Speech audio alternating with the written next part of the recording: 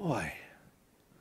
I mean, this devotional service, there's so much to talk about, so much to understand. There's not enough time. Aparad is of 4 kinds. Offenses towards Krishna, offenses toward the holy name, offenses toward the deity, and offenses toward the living entities, especially the devotees. So we'll get into discussing all these in the due course. And Hridaya Daurbalya is of 4 kinds. Tuchcha Asakti, attachment for useless things.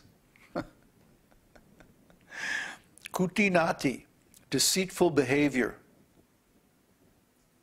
means politics. Matsarya, envy. And Svapratishta Lalasa, desire for one's own fame and prestige. And then there are 4 additional varieties of anarthas. Dushkriti Uttha, arising from past sins. Sukriti Uttha, arising from previous pious activities.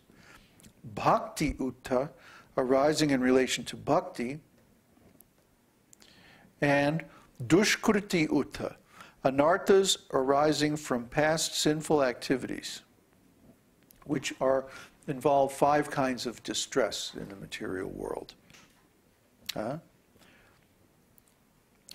Which are ignorance, false egotism, attachment for objects of sense gratification, hatred or aversion, and attachment for sinful activities. So there's so many different kinds of anarthas. And all of these will stop your devotional service, stop your progress in devotional service. So you have to recognize these so that you can avoid them. How are you going to attain anartha nivritti if you don't even know what the anarthas are? Or if you don't think they're important? You know, I remember devotees for one time, I was in a temple, and there were some devotees who were committing offensive activities in front of the deity.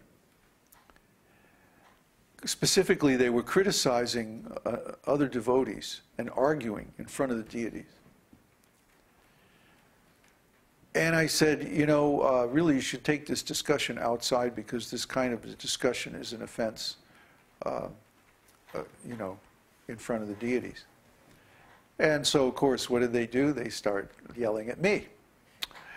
So this is anartha. You see, one anartha leads to another, and another, and another, and another.